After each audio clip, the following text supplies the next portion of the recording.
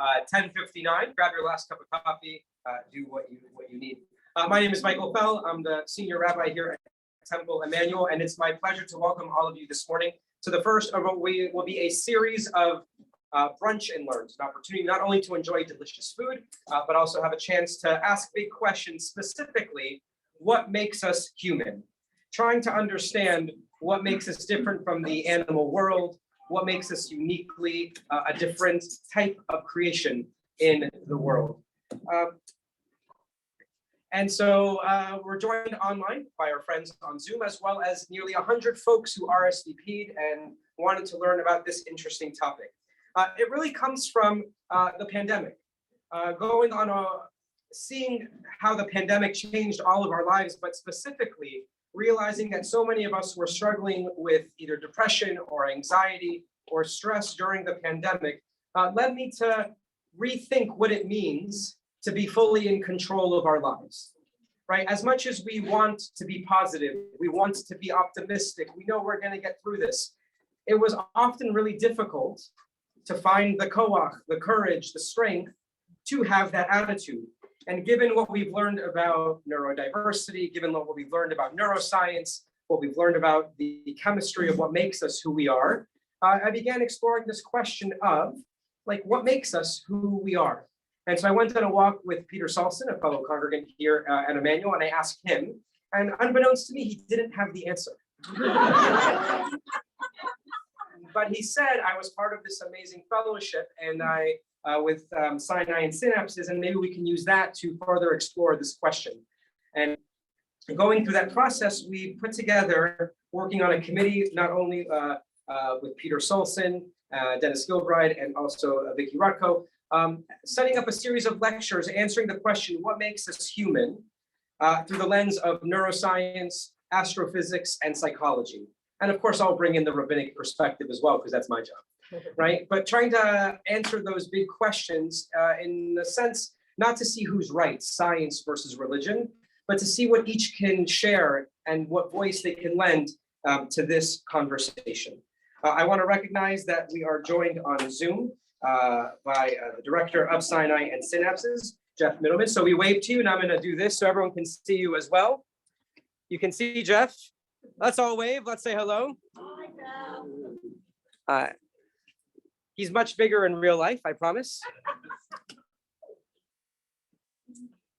On Tuesday nights, it's not required to be part of this class, but about 20 individuals have been learning about free will and determinism, studying the texts of Rambam, Moses Maimonides, and Rabbi Hussein Christus, looking at two different perspectives on free will.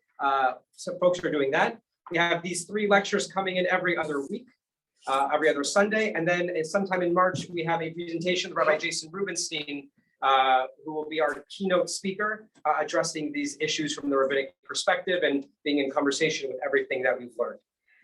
The format for this morning is we're going to, in just a moment, introduce Victoria Templer-Rotkow, our presenter, and she's going to speak for a little bit. She has some exercises for us to think about and work through and share some of her research. And then I'm going to have a rebuttal and say why Judaism knows everything. Just kidding. It's all adjacent to each other. So with that, the topic for this morning is, are humans on autopilot, relying on habits to navigate the world, or are we fully in control of our lives, actively deciding who we are and who we want to be? Relying on our personal research and advances in the field of neuroscience, Professor Victoria Templer will examine human and non-human behavior to examine the extent of how much agency we have in our lives and our capacity to change. Victoria Templer-Rotkow received her Ph.D. in neuroscience and animal behavior from Emory University in 2014, and is an associate professor of psychology and director of neuroscience at Providence College. In her research laboratory, she develops animal models of memory, learning, and attention that answer both behavioral and neurobiological processing questions. The substrates of different memory systems implicated in human aging, disease, and mental health, and inform cognitive evolution in the comparative cognition tradition. Can we just go big like an ooh for that? Yes. It doesn't say here in your official bio, but you're also a member of Temple Emanu-El, and we thank you for that, along with Eric and your kids, Zahava and Jack. I also want to recognize that your parents are watching on Zoom, who I'm sure are incredibly proud of you. And the little Zoom box does not contain the smiles on their faces. So they are watching this morning as well. Without further ado, it's my pleasure to welcome our presenter this morning, Victoria Temple of Rotkow.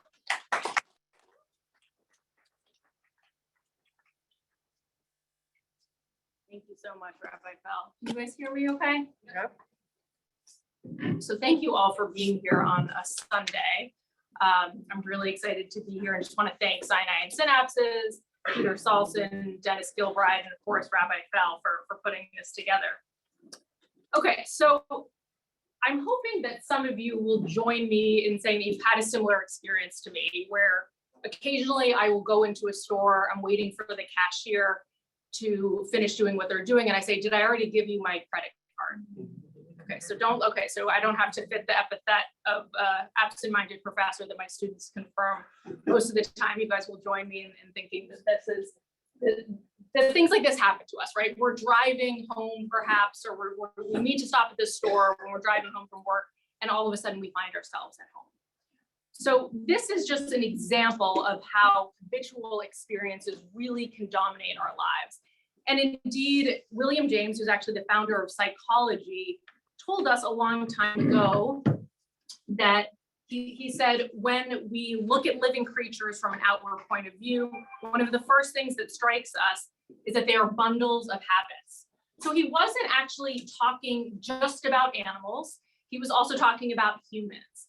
And research in psychology and neuroscience actually has told us that approximately 70% of our waking behavior is habitual, right? Reflexes is something different. Reflexes is when we are, say, the eye blink reflex. If we get, air in our eye, we will blink, right? That's a reflex. But habits are actually, I would argue, and many psychologists and neuroscience would argue, take up most of our waking experience. And one of the regions of our brain that deals with habits, and I would kind of call the habit center, is the striatum. So this is an area of the brain, the basal ganglia. And the basal ganglia is a very old evolutionary structure. So your brain really evolved from the inside out, right? So those deeper structures closer to the spinal cord, those evolved a long time ago. The outer cortex evolved later. And so the striatum includes an area called the caudate, the putamen, are deep within our brains and are really responsible for a lot of the habits that we engage in. So there are some behaviors that are habitual that are really, really advantageous, like brushing your teeth. Okay, so these are very routinized, and we use habits to navigate our worlds. And this is an example of a really ingrained habit, brushing our teeth. One of the reasons we know it's so ingrained is it's context independent. So you travel, you're still gonna brush your teeth. It doesn't matter which environment you're in. You also are extremely tired. Perhaps you didn't sleep the night before. You're probably still gonna brush your teeth, right? Unfortunately, things like exercise, other things we probably wish were habitual, we might not do when we're feeling tired or we're traveling or we're on vacation. And so this is one of the main messages I want to make about the brain. If you remember anything from today, it's this, and this is what I'd say if I were to summarize neuroscience and what we know about the brain, one of the biggest messages is our brains are really good at being efficient, taking shortcuts, offloading as much as possible to reflexive processes. So that we don't need awareness. It doesn't take as much energy expenditure.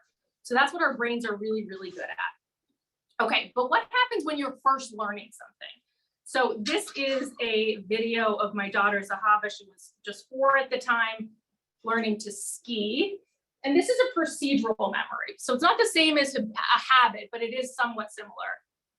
You don't really need to hear the audio, but my brother-in-law is encouraging her here skiing. So this is a procedural memory. She doesn't quite have the turns down at this point. She's gotten better since then. She's just sort of flying down the mountain. But when you're first learning something, a procedure, it takes actually a lot of effort and engagement, right? And you know what this feels like. It's actually taking your prefrontal cortex, that focus and attention needs to be there, right? When you're first learning to do something. My husband will thank me that I didn't have a video of him trying to ski for the first time. He was over 40, so this is him and Zahava, and he's never going to try it again. But Zahava picked it up pretty quickly. This is her when she's 4, learning to bike in the JCC parking lot. This was literally the first time biking, and so this takes a lot of effort, though. So the circuits that come online, which I'll show you in a minute, early on, deal with a region of the striatum, and the prefrontal cortex really needs to take a lot of effort when you're learning something new, right? And then when you have the habit down, you have the procedural memory down, you can be writing a book when you're biking, right? Or even if it's been a really long time, I hadn't gone skiing in 15, almost 20 years. Once you get back into it, you can pick it up pretty easily. It's very imprinted in these neural circuits, primarily in the striatum, when it becomes really, really ingrained. Okay. So this is a procedural skill, like learning how to bike. I would say that it's somewhat habitual in that it's associative. It's linking a lot of stimuli to responses. So I want to situate this in a common human long-term memory taxonomy that I use a lot in my research, and I'll get into my research in a little bit. But one of the things we know about human memory is that there's long-term memory, and within that there is implicit memory. This is also called non-declarative memory. So implicit is the same as non-declarative memory, if you've ever heard that term. And these are memories that are unconscious, right? Like riding a bike. These are unconscious. We can't consciously access them in the way we can access explicit or conscious memories. So these are memories that we can become aware of. So I'm going to walk you through these examples. But we'll start over here on this explicit side. So these are memories that we can become aware of. So remembering what you did for Rosh Hashanah. Okay, so I'm under 40, but it's still hard for me to remember exactly what I did for Rosh Hashanah unless I think about it really deeply. But you can bring awareness, right, to what you were doing this past fall. So that's episodic memory. That's remembering a personal past event. And these are things that we can become aware of. In this other branch of explicit or conscious memories, we have semantic memory. So these are memories of facts, right? We don't know where we learned it. Doesn't really matter where we learned it, but we just know that the capital of France is Paris. So these we can become aware of. Implicit memories, in contrast, we can't really become aware of in the same way. A lot of them, especially when we're talking about habits, which are sort of like conditioning and sort of like procedural or skill learning, are really memories that you really have to engage with the actual behavior to become aware of it. And you can't really become aware of it in the same way. So some other examples that we're not really going to get into, but just so you know, priming, that's implicit and unconscious. You heard a word, you might be more likely to use it later. And then within conditioning, there's associative learning, that's like Pavlovian conditioning, operant conditioning. And then there's also non-associative learning. And that includes things like habituation and sensitization, like habituating to the shoes on your feet, you're not aware of right now, right? So one interesting thing about this memory taxonomy is, or one of the reasons that it exists is not just that we have these typologies that make sense in our human minds. I think it was actually William James that said that, you know, typologies are, you know, there because the human mind likes to think in typologies, not because they're what exists in nature. But indeed, these taxonomies, these different types of human memory we know are the case because of functional dissociations we've seen in neuroanatomy and also in behavior. So memory, the other main message that I want you to know is that memory doesn't just function like a video reel, right? So there are different types of memory. Okay, so one reason that we know that this memory taxonomy exists is because there was this patient, I'm sure many of you know of, named HM, who passed away a couple years ago, Henry Meliason, who had debilitating epilepsy and had brain surgery. Can everybody hear me okay, by the way? Still okay. Who had a brain surgery to remove his hippocampus. The hippocampus is a region in the medial temporal lobe. And so he had this whole region of his brain taken out. Turns out more than his hippocampus was taken out. It was actually included his amygdala and other regions in his parahippocampal cortex. But he had this whole part of his brain taken out, which deals with primarily this explicit memory. So think medial temporal lobe hippocampus really deals with this explicit memory, so declarative memories. And interestingly, he was given this task. It's an implicit task, a mirror tracing task that you learn over time. And he could learn this new task.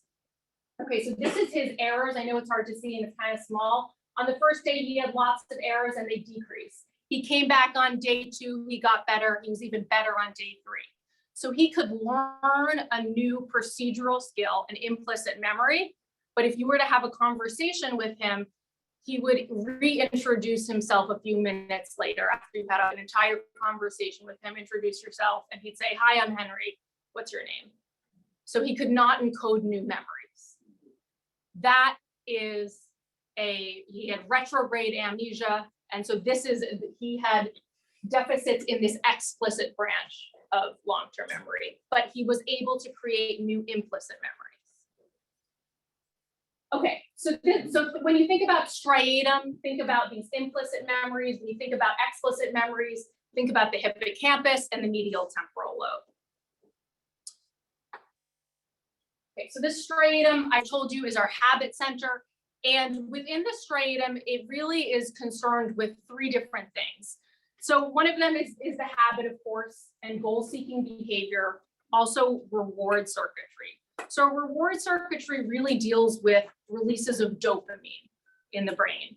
And what happens over time when you learn a habit is that the habit takes over. Remember how the prefrontal cortex was really involved when Sahab was first learning to bike or ski? Over time, so much striatal activity in the striatum can actually inhibit the prefrontal cortex. So when the habit forms, the reward doesn't even matter anymore. It has a life of its own. This is really what happens in habits. Now, smoking is a great example. Of course, it's an addiction, and there's other things to say about that. But you could be not even aware that you have a flame in front of your face, that you went through the sequence of actions and steps to get the cigarette out of your purse, right? It's a stimulus and a response. There's absolutely no awareness taking place. Once that habit has been imprinted on your brain, it has a life of its own. Okay, so just to kind of explain how that habit gets imprinted on the brain, I want to tell you about a research study. So this is the most neuroscience you're going to hear in the next few minutes, so bear with me. I'm going to try to make it make sense. So this was not my study. This was actually by Kyle Smith and Anne Grabiel. He was at MIT at the time. Now, in this study, they had rats trained on this T maze. So they hear a tone and they go over to the left arm and get chocolate milk. That's rewarding. They go to the right arm and get sugar water. What they do is they overtrain this behavior. So they give the rat hundreds of trials and they learn this really, really well. And they do some experiments called devaluation experiments, where they actually determine that a habit occurred by devaluing one of the stimuli. So they make the chocolate milk actually make the rat nauseous, and he will still go over reliably to that reward, even if it makes him nauseous. Okay, so the habit, when it first gets imprinted, when you're first exploring an environment, you'll see here, this is actually neural firing patterns in the striatum. So they use a technique called electrophysiology, where they can actually record in real time from the rat's brain. And so what you see here, this is high activity in red. So when he's first exploring, there's more activity in the striatum. And then as the habit starts to form, you see that there's kind of less activity in the striatum. And when the habit is fully imprinted, the striatum only comes online at the beginning of this sequence of actions and then at the end. So it's as if there are a few kind of expert neurons or cells that become active at the very beginning. And then when the rat is actually engaged in the task, there's not a lot of activity that is necessary. And this is something that is called task bracketing in the neuroscience literature. And it's been applied actually to how we can create new habits, which we'll talk about in a little bit. But task bracketing really just means that it's the beginning of the sequence of actions of steps. It's sort of chunked or packaged all together in one sequence, just like getting that cigarette out of your purse and lighting it. Once the action is sort of set in motion, it's really, you know, there's just, it's just in motion and it's going to be there. So that's task bracketing. There's a few of these expert cells that come online early in the sequence of actions and then at the end. Okay. So this figure is going to look like a lot, but I'm going to tie it back into what we just showed. This appeared in a Scientific American article in 2014. You're welcome to look it up. And this really explains how habits form. So that study really taught us a lot about the neural circuitry in all the phases of creating a new habit. So the first one that happens is this new behavior is explored. So this is the prefrontal cortex, highly evolved outer region of our brain. Comes online when you're first learning something. So the prefrontal cortex, think back to that video of Zahava, right? The prefrontal cortex, you need a lot of effort and attention when you're first learning something. Comes online at this point and is engaged with this part of the striatum, more anterior or sort of forward part of the striatum when the habit is first being learned. Okay, while the habit is forming, this more posterior part of the striatum, you don't need to worry so much about the details, but another part of the striatum talks to the sensory motor cortex. That, you know, involves our actions in our body and the proprioceptive feedback we get from that. And so this striatum sensory motor cortex pathway is engaged when we are learning something. And then what happens is it recruits dopamine from the hypothalamus. Okay, so dopamine, always think that's in your reward circuitry. So while the habit's getting imprinted in that sort of middle stage, if we go back to this figure, right, this is when the habit is getting imprinted. And this is when dopamine starts to be released. It becomes extremely rewarding. Remember, the rat didn't even need to be getting the reward anymore. It even made him nauseous and he's still going back. The habit creates a life of its own. And then we have, you know, even further on, we have the infralimbic cortex. And the infralimbic cortex is an area of the brain that is in the medial prefrontal cortex, and it deals with the maintenance of that habit. So it's in the cortex, and what it does is it can kind of toggle a habit on and off. So what these researchers did is they actually turned off an area of the brain called the infralimbic cortex once they had established this habit. So the habit was extremely imprinted, and then they went in and turned off that area of the brain. And what they found is that the good habit, the habit of going to the sugar water, stayed, but they stopped going to the chocolate milk that had made them nauseous.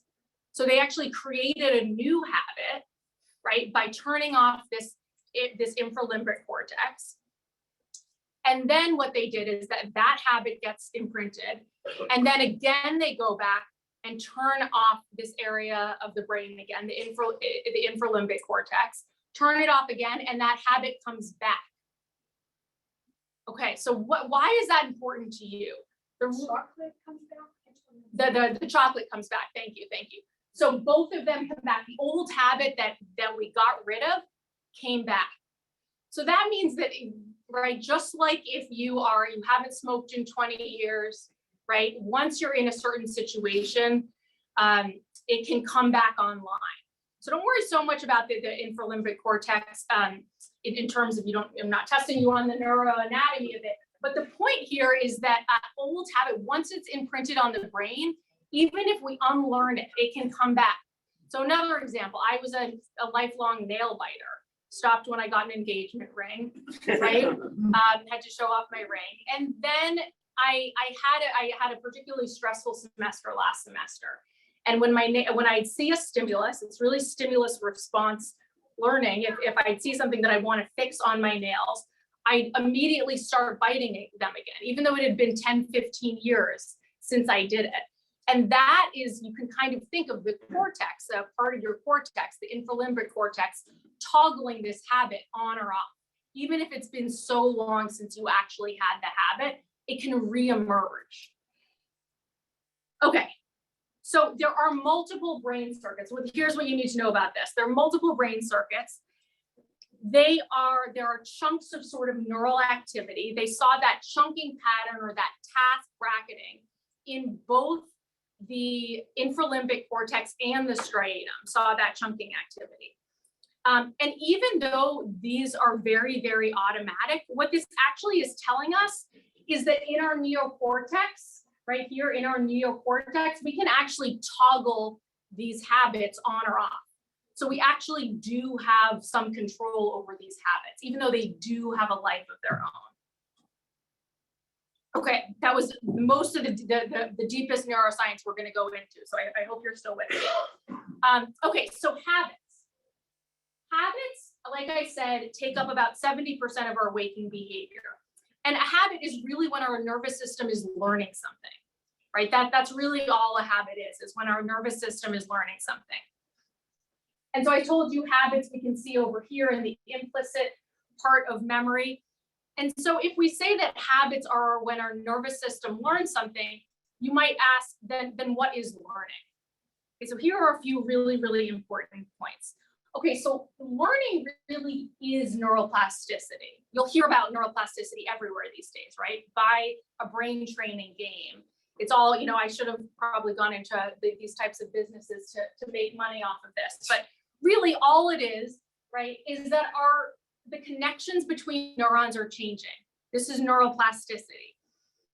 And this, you know, has changes in neural circuitry, changes in connections between neurons, which is synapses between neurons. And how does this happen? How does learning or neuroplasticity happen? It happens because of experience, attention, and repetition. Experience, attention, and repetition. Habit formation is an example of this. Unlearning a habit is also an example of this. And like I said, there's these changes in connections between neurons. And so I could give a whole lecture, which I love talking about the neurobiology of this, of how does this actually happen at a synaptic level, because it's very, very interesting. There's physical changes that can happen. Synaptogenesis is connections between synapses forming between neurons. There's also neurogenesis, actually creating new neurons. Things called or long-term potentiation.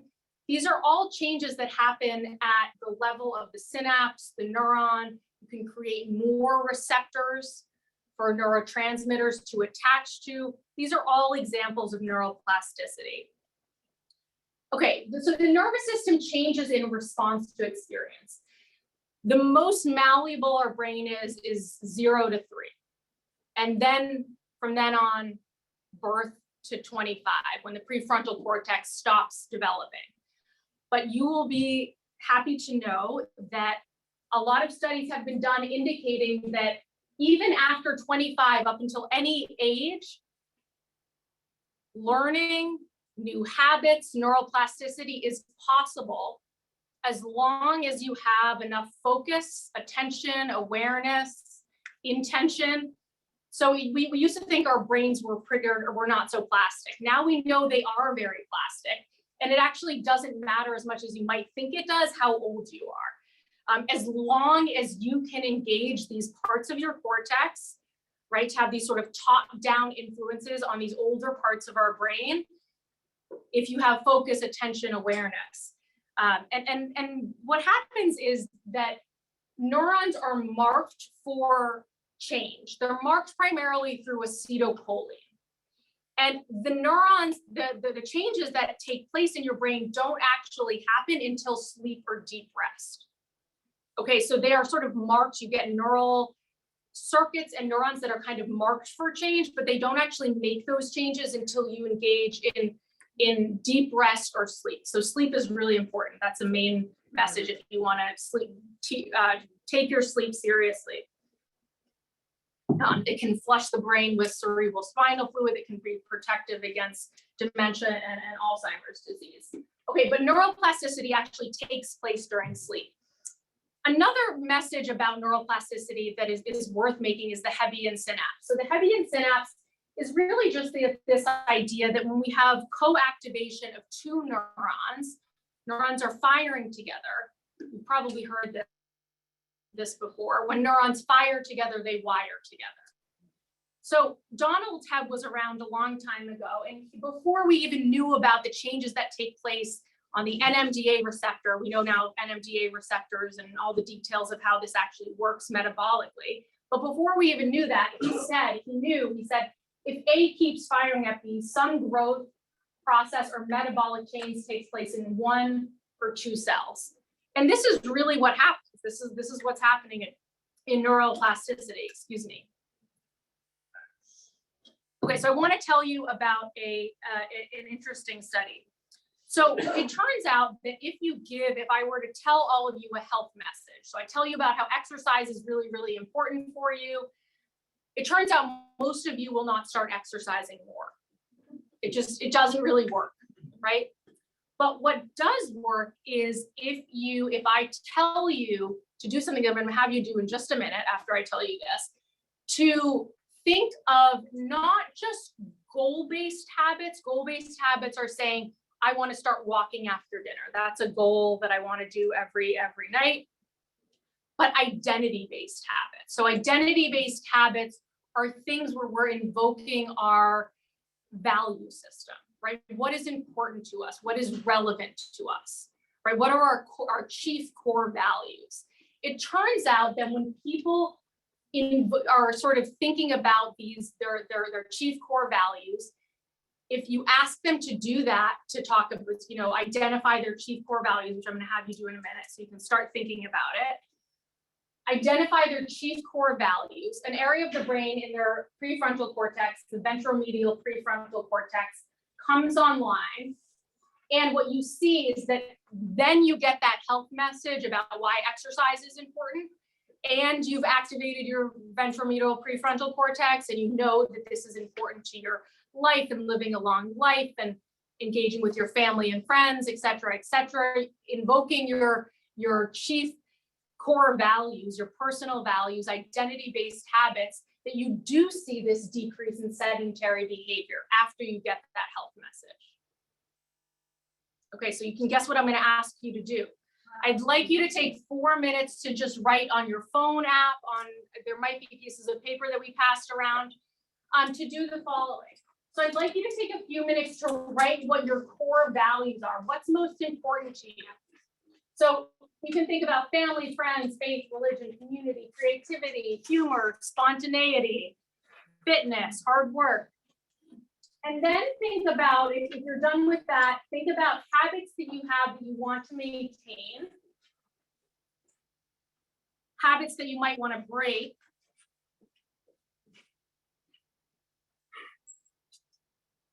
Two and four are sort of similar, but really the last one are new habits that aren't really habits for you, but you'd like them to be habits.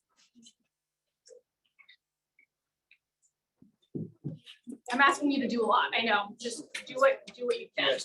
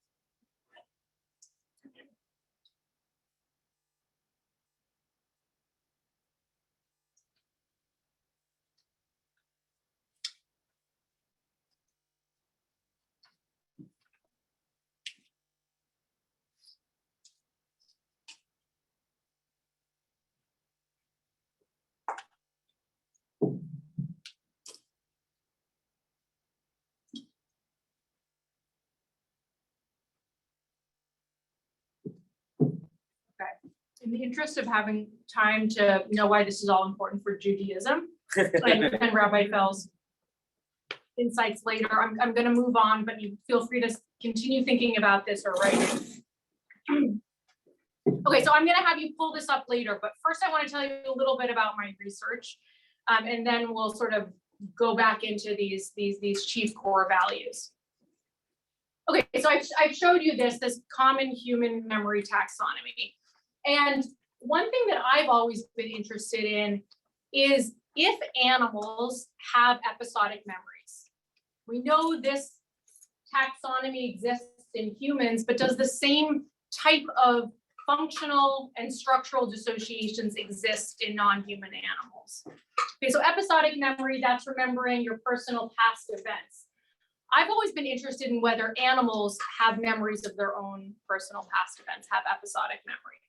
So episodic memory, just to unpack this a little bit more, is memory for personal past events. So we know humans have it. You can tell me what your vacation was like. You can tell me what you were doing, where you were, when it occurred. These are kind of the three main elements of episodic memory. Endel Tulving is a human researcher that coined the term episodic memory. We remember episodes. And one of the hallmarks of episodic memory is that there are sequences of unique events that occur over time, right? So your vacation day, you did all these wonderful things in a particular order, so much so that you could report which came first. You sat on the beach before you went snorkeling, right? You can remember the order of these events. We can contrast this with other types of sequence memory.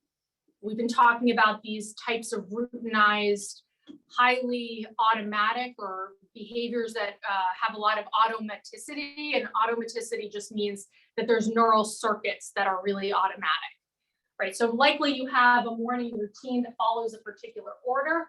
This is repeating, it's highly routinized. So my question was, how are these two different types of sequences represented? One being unique events and one being more routinized, right? So always following the same order. You might guess that this one is more episodic-like, right? That's sort of the when aspect of episodic memory that includes that what, where, and when component. So that's episodic-like, where these routinized responses are more habit-like and implicit. And so I was interested, actually, this is back in graduate school, in the evolution of memory systems. So how is it that monkeys, how would they represent episodic-like memory, sequences of unique events, and how might they represent routinized sequences of responses that are more habit-like or procedural, this sort of like chunking behavior of doing something in a sequence of actions. And so why rhesus monkeys, you might ask? Well, my answer is that they are extremely interesting to us because we share a common ancestor with them that existed about 30 million years ago. I will be talking briefly about rats, which my lab now is primarily rats, which we have a common ancestor that existed about 90 million years ago. But rhesus monkeys are an old world primate, and they share many of the same brain structures to us. Rats actually do a more than you might think. So those same areas of the brain that I talked to you about, the striatum, the infralimbic cortex, areas of the prefrontal cortex are actually very, very similar. So they have a lot of shared cognitive and neural mechanisms. Okay, so here's a video of some of my monkey boyfriends back in graduate school doing these tasks. We spent a lot of time with these guys. So here you'll see on the left here, this is Neo, I think. It's been a while since I knew these guys. This is him. You'll see him on a touch screen where he's touching images in a particular order. So he touches an image. It's a unique image, sort of like an event on a vacation. It goes away. He sees another one. And at test, he's going to be tested on which one came earlier. And then I'll show you the other video.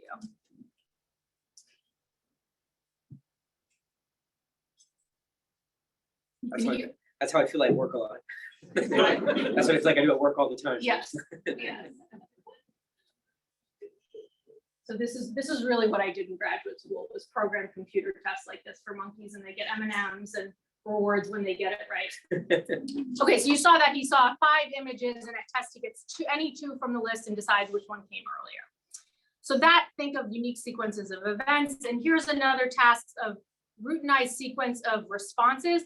I just want to make it clear that this is a 5-item list. The images can appear in any of the 12 locations on this grid. So it's not location based, but it's action based. And then I give them something called probe tests, where there's just 2 items from the list, but just worry about the 5-item list for now, and you'll see what it looks like.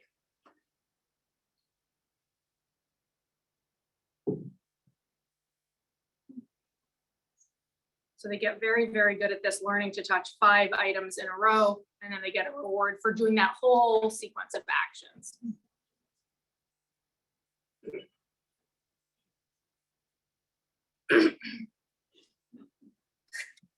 You should see him check email. I mean, they'll test all day like this. Never get sugar rushes. What's that? Did they ever get sugar rushes? Sugar rushes? Yeah. I mean, we actually only give them the M&Ms every, 10th correct trial, so they get other nutritionally rich pellets. Why are they little? That's a good question. In this lab, we only use male monkeys, which is actually an issue in science, I think. The NIH has come out with a lot of statements about this. I'll talk to you about it later, but there's good reason to use males in this study. But in science in general, yes, males are used more than females. Females are more complicated. Hormones get involved, and it can change cognition throughout their cycle. And anyways, okay. So this is unique sequences of events. That's this task that I showed you, that was seeing the different image and then seeing 5 different images and at test choosing which one's earlier. And then this one is the sequences of routinized responses. So this one is more episodic-like, this one is more habit-like. So I wanted kind of 2 different types of tasks that are hopefully modeling an aspect of explicit memory and implicit memory. And the question is, are they accessible to awareness? Remember, that's what was the hallmark of explicit memory. You can cognitively access and become aware of your memories. And so the way that I did this is I implemented a metacognitive component. Metacognitive just means thinking about thinking. So what I did is I gave animals this task, and at test, I give them a force test, which means they just have to click this check mark, and then they choose which one came earlier, and they're rewarded for which one came earlier. It's a force test because you have to answer it.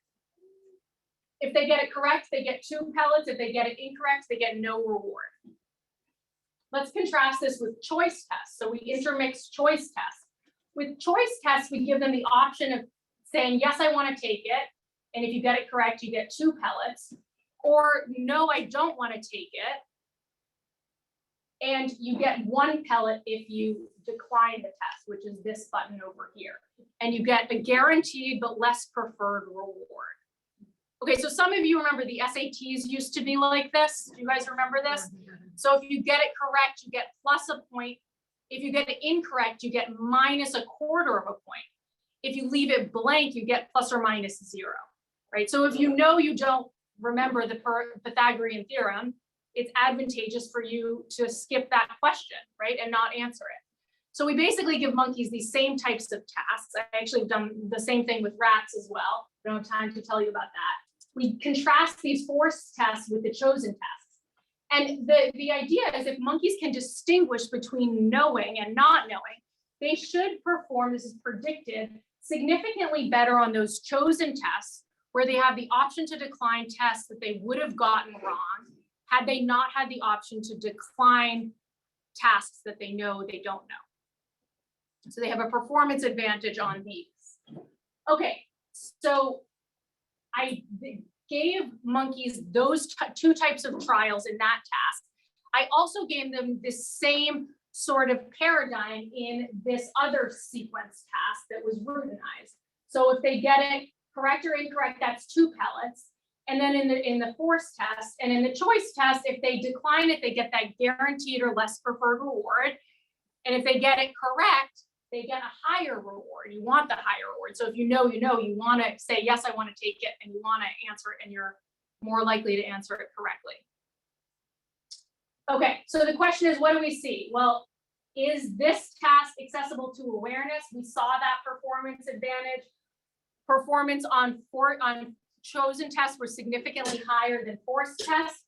So I think, yes, it is accessible to awareness. There's lots of other experiments we did related to this. This task, the answer is no, there was no significant difference between those chosen tests and the forced tests. So what can we say about monkey memory awareness? I would say that like humans, monkeys can have awareness of these explicit episodic-like memories. And also like us, they do not have awareness of those implicit or more habitual memories. So performance on both of these tasks, we actually had these monkeys we had hippocampal lesions where their hippocampus wasn't working, and that I don't have time to talk about those results, but the overarching theme of we did dozens of experiments that we thought were explicit, they were still able to do it without their hippocampus. That's another discussion. You can ask me about it later. But I've also done similar tasks in rats where they're actually digging in cups and they can opt out of memory tests. And we actually found a similar result where they do have that performance advantage. So I do think that rats do have some form of awareness, like monkeys. And so the question now becomes, what sets humans apart? So we have, I told you, I gave you that rat example. Rats and monkeys, all animals, form habits in a very similar way to the way humans do. We all follow the same laws of nature. I think laws of nature apply to thoughts and behaviors, neurobiology. But I would argue that awareness is different in humans. So what I mean by that is that humans can have intention and awareness, kind of more advanced metacognition again being thinking about thinking. I think that we have this more advanced or concrete aspect of metacognition where we can think about our own mental states, engage in these monitoring and control processes to have humanistic or psychological growth, right? We can thought stop, we can engage in cognitive behavioral therapy, we can try to break a habit. We can actually have control of those habits and decide we want to change our habits, and kind of toggle those habits on or off with that circuit that I talked about with the infralimbic cortex. I think humans also have a greater repertoire of mental states. A lot of comparative cognition researchers, I would consider myself one. We talk about a lot of other interesting things if you're interested in what's different with humans, besides things that Rabbi Fell will talk about, like the neshama. There's a lot of other interesting areas of research, including things like language, of course, cooperation, tool use, culture, deception, theory of mind, knowledge of others, mental states, and these topics are studied widely in the animal literature. And I'd love to talk to you about it sometimes if you're interested. Okay, I want you to think about pull up what you wrote for your value reflection exercise. We are almost done.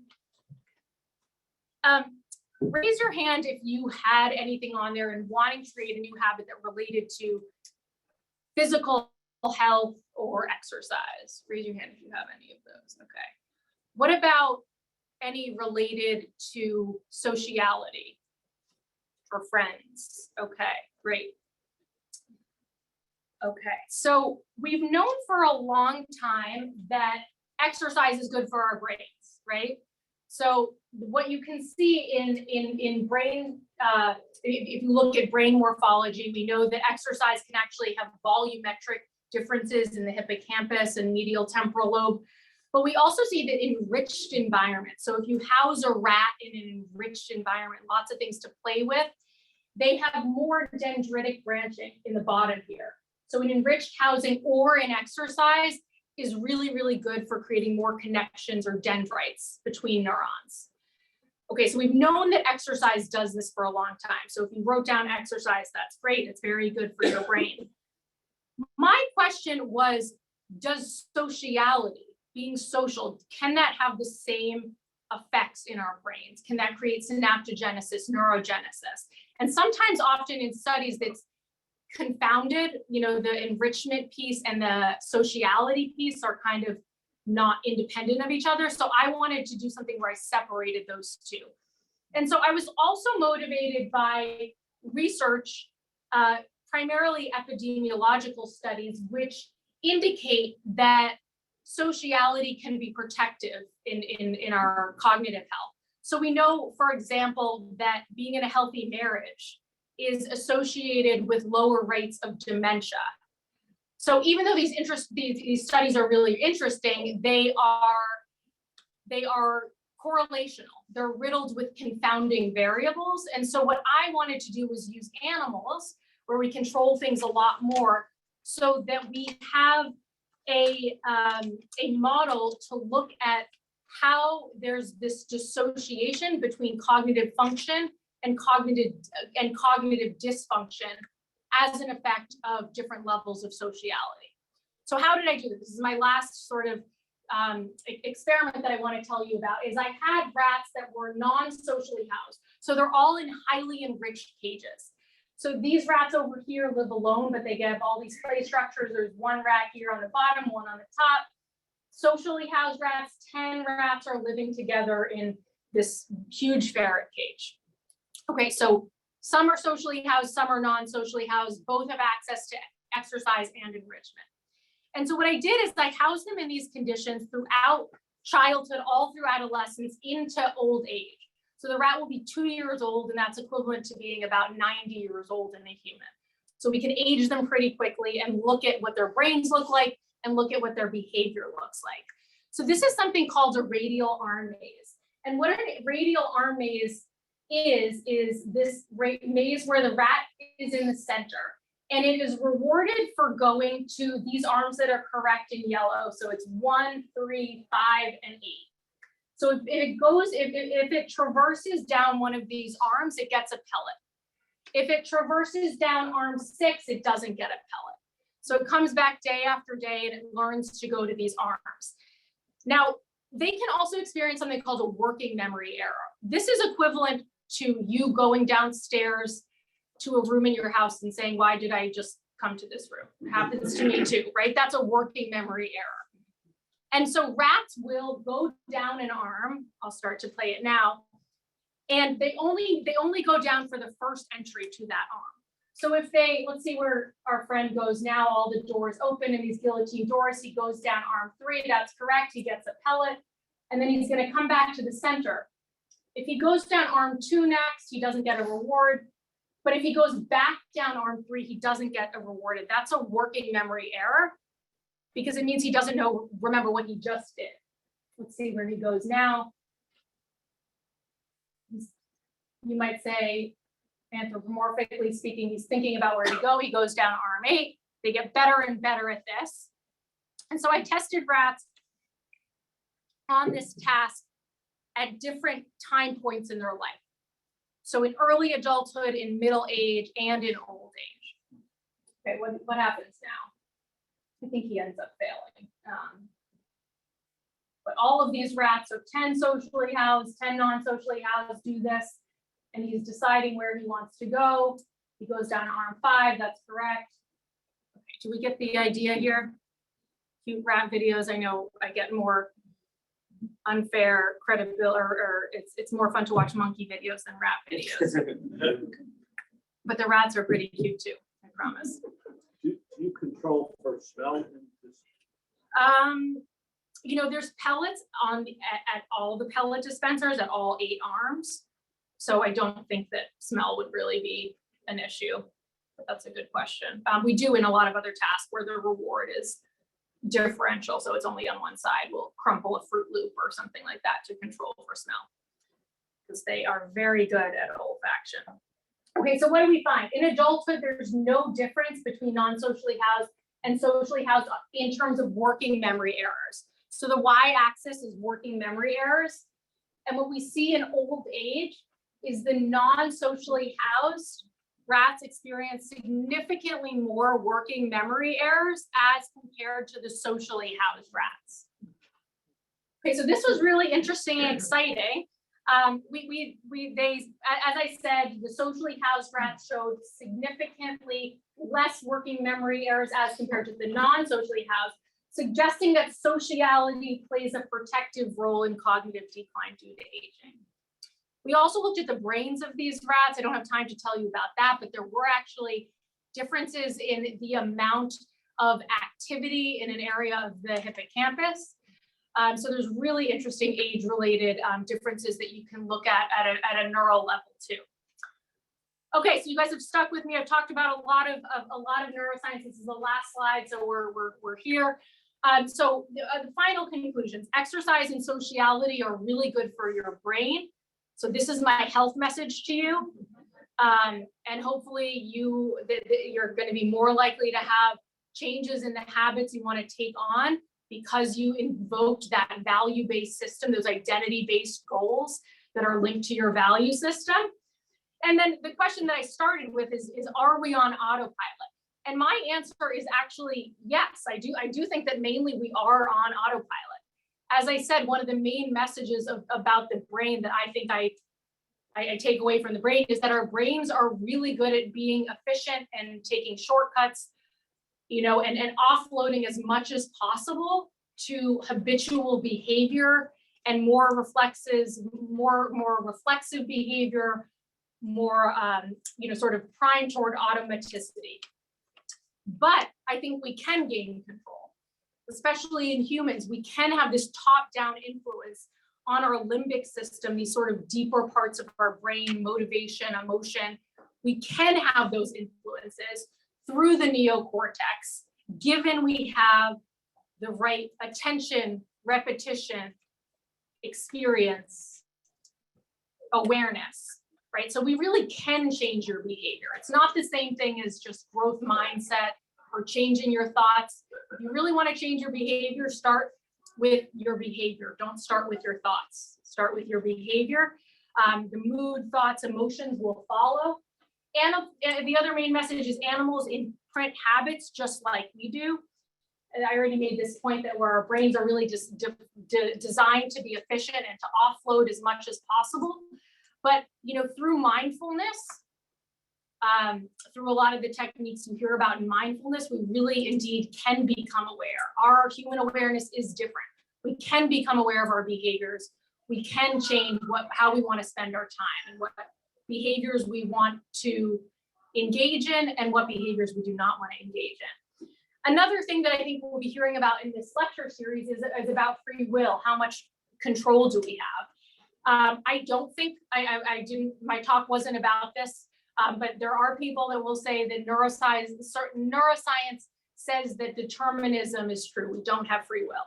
I, just for what it's worth, don't believe in that. I think if anything, maybe neuroscience proves we do have free will. Again, if you want to have behavioral change, cultivate that intention, that awareness, your core values, use these mindfulness approaches, and also use things grounded in neuroscience like task bracketing, right? So that's sort of that chunking of the behavior at the beginning and or the end. If you want to go for a walk after dinner, put your shoes by the door or next to your bed if you want to go in the morning. That's chunking a behavior onto sort of the beginning or the end.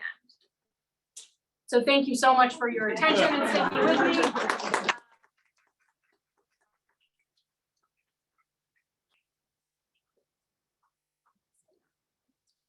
Once again, a big round of applause for Professor Rotkow.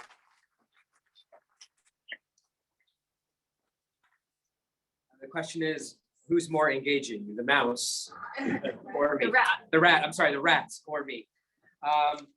We'll wrap up in about 15 minutes or so. I wanted to just share some thoughts and some ideas about Vicky's research. Our tradition says that when God offered us the 10 Commandments, when we stood at the foot of Mount Sinai, and God said, "Do you want this?" Our ancestors responded with the phrase, "Na'aseh v'nishma." We will first do what is told, and then we'll learn about it. We'll listen about it. And so deeply embedded in our tradition is this idea that practice actually leads to a deeper understanding. In fact, several Jewish texts which speak about Jewish education say the first thing you do is you do the practice, and eventually you'll come to understand why you do it. An example of this might be, for example, wrapping tefillin, right? First, you start doing it, and eventually you'll come to either appreciate the pressure it has on your hand or go through the mantra and the motions of putting on tefillin. Giving tzedakah could be an example of this, right? How many of us grew up with a parent or a grandparent having a pushki on the counter, so you automatically would give tzedakah whenever you saw it? It became more of a habit as opposed to a conscious thought. So we have, number one, this idea of na'aseh v'nishma. The second thing is the idea of chunking, right? There are certain practices that we just do all at once. And so, for example, looking at daily minyan, the way minyan works, where there's a tzedakah box right there at minyan to remove any obstacles to doing tzedakah. You come to minyan or you come to shul, and you automatically do that behavior. Perhaps another practice is leaving kippot outside of the either the sanctuary or the doors of the synagogue. So as you enter, you know how you enter the shul. You scan your key card, you grab a mask, or you put on a kippah, and then you walk into the building. The idea is to try to make these things a habit. So much of our tradition is meant to turn good practices into habits. When we eat, we don't just start diving in and eating our food, but we say brachot before we do it, right? To sort of like give us more awareness of what we're actually doing. I want to talk about the idea of keva versus kavanah, awareness of the act that we're doing versus making it merely a habit. And I would argue that our tradition wants to get us out of the habit of prayer, merely coming to services and singing the songs and reciting the prayers, get us out of the habit of maybe just getting dressed or just eating. And a lot of what Judaism wants us to do is to return an intentionality into what we do. And the way we do that is with the words of blessing, right? Traditionally, the way our ancestors imagined we woke up, we went through the motions of waking up, which that is a habit, I presume, for all of us, right? The rabbis wanted us to recite blessings for putting on a belt, putting on our shoes, having our first sip of water, stretching first thing in the morning, standing up, taking our first step. So one could argue Judaism is an attempt at bringing awareness to all of the habits that are inherent to what we're automatically already doing. Finally, I think, Vicki, one of the issues you raise is the idea of intention setting. And I want to highlight perhaps what is a thrice daily opportunity for intention setting for what we're supposed to do as human beings. If we look at the Amidah, which is recited morning, afternoon, and evening, 3 times a day, it follows a certain trajectory. And I just want to highlight some of the themes that are highlighted in the Amidah and see if any of these things resonate in the values that you wrote down earlier this morning. Some of the brachot that we recite are for wisdom and knowledge and learning, the ability to do teshuvah, to ask forgiveness of others and develop relationships with others, the ability to ask forgiveness for the mistakes that we've made, for hope and optimism for the future, for our physical health, for having our needs met in terms of food and housing and having our physical needs taken care of, national aspirations for being reunited with other people with similar views, praying for a sense of justice in the world, praying for rewards that our actions matter in this world, and praying that God hears our needs and our wants and our desires in the world. And so what you see 3 times a day, ritualized, but is also meant to be intentional, is actually focusing on all these values, focusing on all of these ideas. And so what we see, prayer is actually really challenging. And one of the things that maybe sets us apart is taking the time to pray, taking the time to reflect on who we want to be, and then setting up patterns and habits to actually make them come to fruition. Here at Temple Emanu-El and in Jewish communities all across the world, I think we're trying to always find a way of bridging, creating a sense of holiness, right? And it's really hard to say, today I'm going to save the world. Today I'm going to be holy. Today I'm going to, those are like very lofty terms.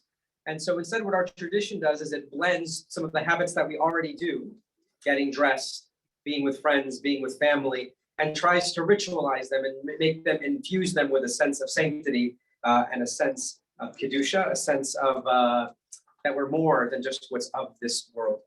We're more than what's of just this earth.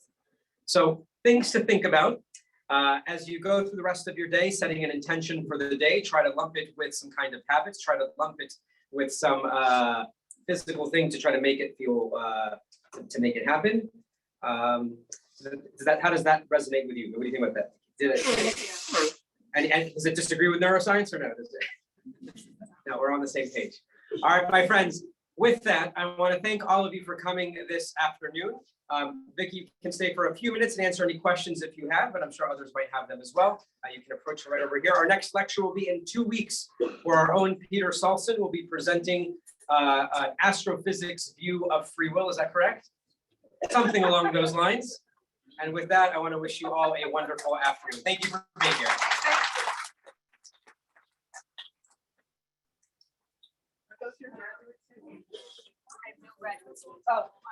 Undergraduates. Yeah.